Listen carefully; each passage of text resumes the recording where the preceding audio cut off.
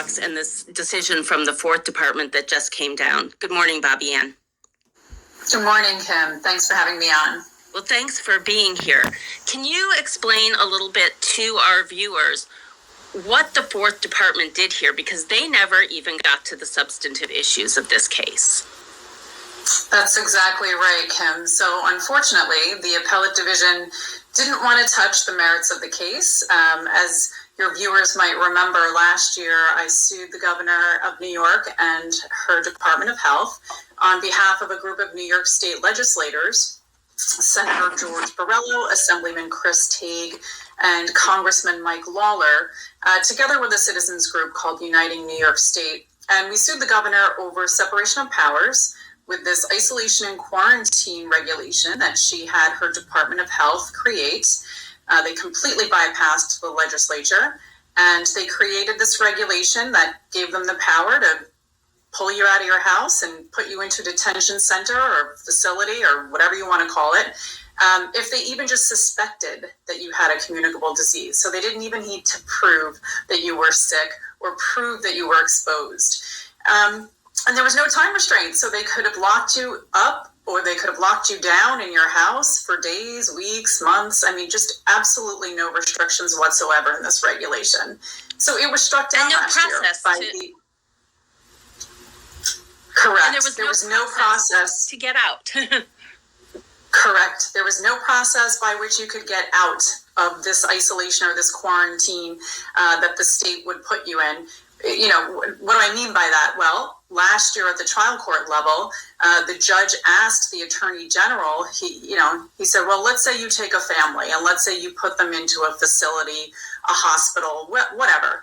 Once they're in there, how do they get out? And there was a really pregnant pause. And then finally, the attorney general's office said, well, I guess they could hire a lawyer and they could sue us. You know, so there was zero due process protections in that regulation, and it was struck down, rightfully so. It was struck down last year by the court. It was the New York State Supreme Court in Cattaraugus County, and of course the governor appealed. She wants the power to lock up New Yorkers or lock you down in your home without any proof you're sick for however long she wants, with no way to get out. And so the appellate division just ruled a couple days ago that not that the regulation was constitutional. They didn't actually even talk about the regulation itself. They simply said, well, you know what? We think that these plaintiffs didn't have standing. They didn't have the right to sue. So we're just going to overturn the lower court's decision and we're going to throw out the lawsuit. So that's where we stand right now. Of course, we're going to appeal to the New York State Court of Appeals, which is the highest state court in New York.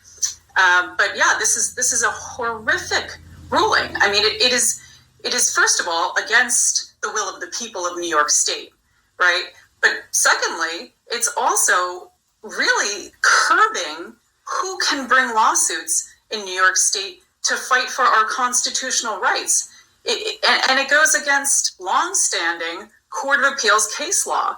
So it's a horrendous decision. It absolutely needs to be overturned.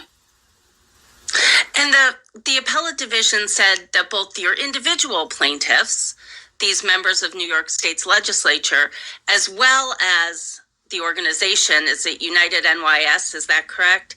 That neither had standing. And can you talk a little bit about the grounds on which the court denied that either set of plaintiffs had standing?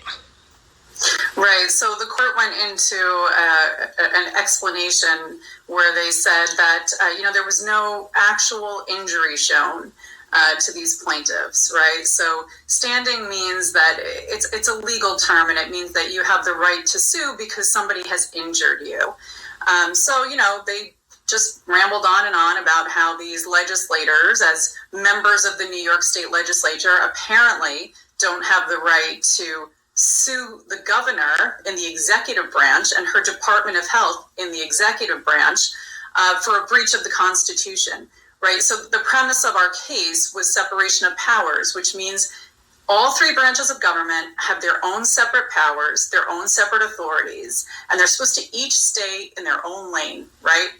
we have checks and balances built into our governmental system so that one of those branches doesn't become too powerful by overstepping its bounds and taking a power from another branch of government, right? When that happens, that's tyranny, right? When one branch takes a power from another branch, absolutely, that's tyranny. So that's why we have separation of powers clearly laid out in our Constitution. So what happened here? The court is saying that these members of the New York State Legislature, a senator and assembly members, don't have the right to sue and ask the court to put the governor and her Department of Health back into their lane, put them back into the executive branch where they're only supposed to enforce laws. They're not supposed to create laws. But that's what they did when they made this regulation. They called it a regulation and they pushed it through the Department of Health, but in reality, it was a law. And laws are only supposed to be made by the legislative branch. So of course there's injury to these legislators because their power has been stolen by the executive branch. It's unbelievable that they've ruled in this manner and they've struck down the lawsuit saying that these legislators don't have a right to bring a lawsuit to enforce the separation of powers clause of the Constitution. So, and then as far as Uniting New York State, which is the citizens group involved with this case, the court is saying that they don't have the right, they don't have standing because they haven't been injured. Now, if you think about it, if the legislators have been injured because their power was stolen by another branch of government, then of course the members of this citizen organization, which is specifically exists to represent the people of New York in the voting and the legislative process, if they aren't allowed to have their elected representatives in the state Senate and the state assembly make laws, and instead we're going to allow unelected bureaucrats in the Department of Health to make law, wrong branch of government, of course they've been injured.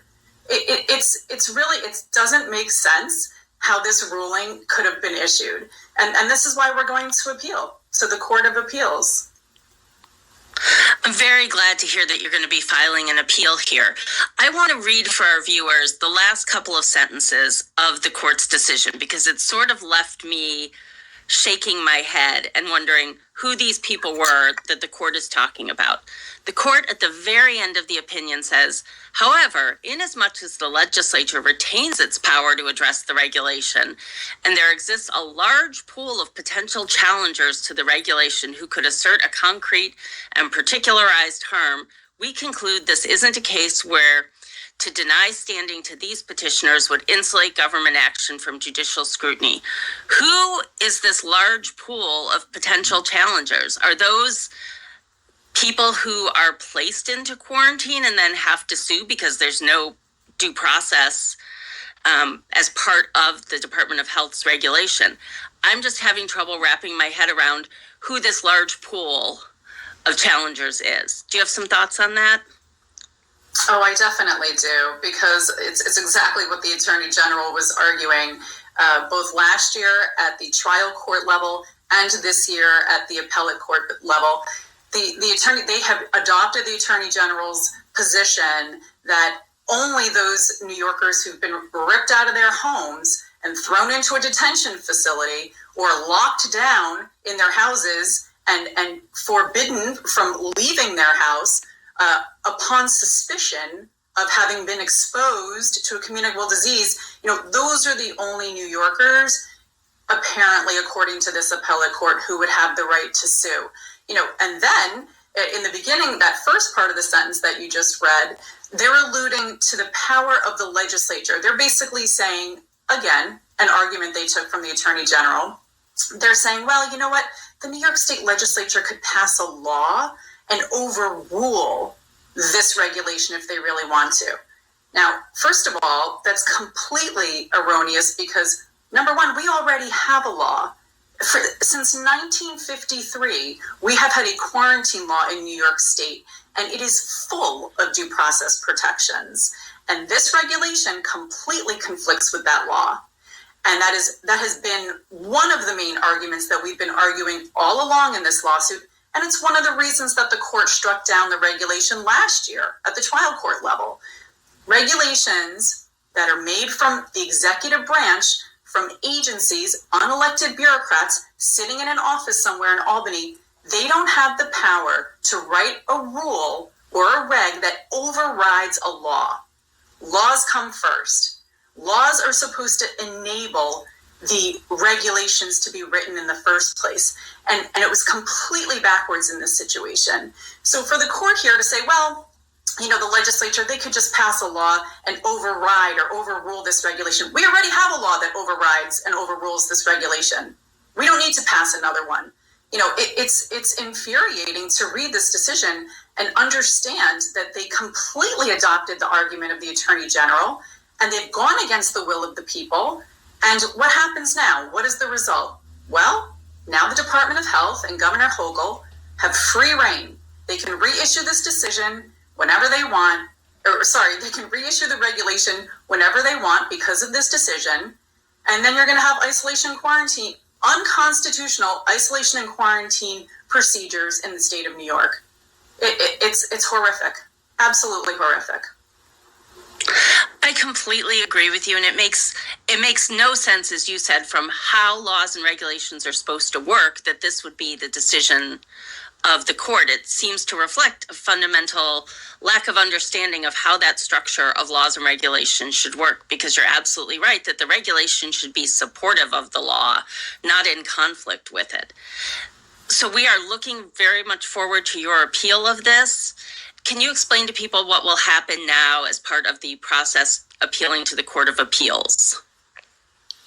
Right. So we're looking into the mechanism, whether it's an automatic right to appeal or if we have to first make a motion and request the court to hear the case, because the Court of Appeals here in New York State, which is our highest court, it doesn't hear every single case. It's much like the United States Supreme Court, where they don't hear every case that is appealed to that court. So here in New York State, same thing. The court doesn't hear every single case. There are just too many of them. They couldn't possibly handle that kind of volume. So we are looking into that now, and we will be moving forward. And it is, you know, honestly, it is such a crucial case now more than ever, because now we're not just talking about the possibility of unconstitutional forced quarantines from taking hold in New York State, but we're also talking about restricting the citizens' access to the courts, restricting the right of New Yorkers to go into a court of law and say, hey, the government is overstepping here. The government is doing something wrong here, and we want to stop them. We are the people. We are the ones in control, right? And they're not following the rules that we've laid out as the citizens of this state. So it's very dangerous if this ruling stands like this, with this decision that the standing should be viewed so narrowly in New York State. It will really have a horrific ripple effect on the ability of New Yorkers to fight government overreach in courts. So it really is a crucial case at this point, more crucial than it was even last year. Thank you so much, Bobby Ann. We really appreciate you coming on this morning and discussing this. We are going to be following this very closely because the implications for New York State and frankly the rest of the country are really very, very critical here.